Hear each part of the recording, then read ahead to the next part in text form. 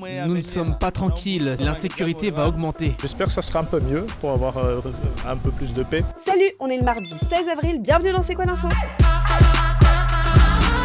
Wambushu 2 est lancé à Mayotte. Mayotte, c'est le département le plus jeune et le plus pauvre de France, situé dans l'océan Indien, entre Madagascar et le Mozambique. Wambushu, ça veut dire reprise en mahorais. Et c'est une opération de l'État lancée à l'aube ce matin et qui va durer jusqu'à fin juin. Elle vise à lutter contre l'immigration clandestine, l'insécurité, la délinquance et le logement insalubre. Insalubre, ça veut dire malsain, mauvais pour la santé. Et c'est aussi pour ça que le gouvernement a décidé de l'appeler l'opération Place Nette. Quelques chiffres pour comprendre. La moitié des habitants de Mayotte n'ont pas la nationalité française. 30% de l'habitat de l'île est composé de bidonvilles, des lieux où la délinquance et le sentiment d'insécurité sont particulièrement présents. Les habitants de Mayotte sont par exemple 3 fois plus victimes de vols qu'en métropole. Et d'ailleurs, les violences ont repris ces derniers jours à l'approche de Wambushu avec des véhicules incendiés et des affrontements entre bandes rivales. L'insécurité est toujours là, les gens se font voler leurs affaires avec des véhicules cassés, des vols dans les domiciles, des violences dans les écoles. Donc les attentes n'ont pas changé. Les Mahorais attendent que l'État sécurise ce territoire. Une première opération du même type avait été réalisée il y a 1 an.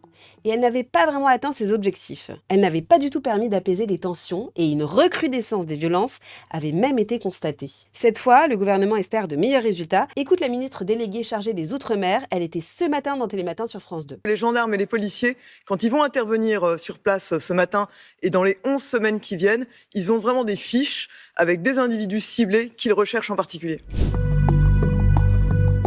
Donc 400 gendarmes et policiers sont mobilisés depuis ce matin sur le terrain et en tout, 1700 forces de l'ordre vont être déployées jusqu'à fin juin. Concrètement, ils veulent arrêter 60 chefs de bande, mais aussi détruire 1300 bangas. Ce sont ces habitats traditionnels devenus des abris de fortune dans lesquels vivent les Mahorais, mais aussi de nombreux migrants en situation irrégulière.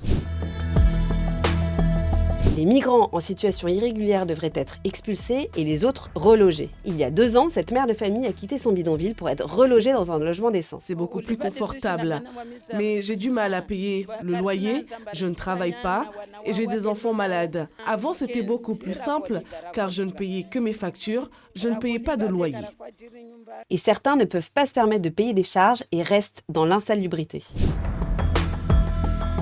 Cette opération, elle intervient aussi à 2 mois des élections européennes, au moment où Mayotte devient un vrai terrain de campagne. Ça veut dire que de nombreux politiques vont commencer à rendre visite à la population sur place pour tenter de gagner des voix. Par exemple, Marine Tondelier, la patronne des écologistes, est attendue demain mercredi. Et en fin de semaine, ce sera Marine Le Pen, la chef des députés du Rassemblement national. On peut dire que Marine Le Pen arrive à Mayotte en terrain conquis. Elle était arrivée en tête dans ce département aux 2 tours des élections présidentielles de 2022. Et surtout, elle n'en est pas à sa première visite. En décembre 2021, elle avait déjà été accueillie collier de fleurs au cou sur l'île de Mayotte. Merci à tous de nous avoir suivis. Si vous voulez en savoir plus sur Mayotte, allez voir les autres vidéos qu'on a faites sur le sujet. Et nous, on se retrouve très vite sur les réseaux sociaux. Salut, salut!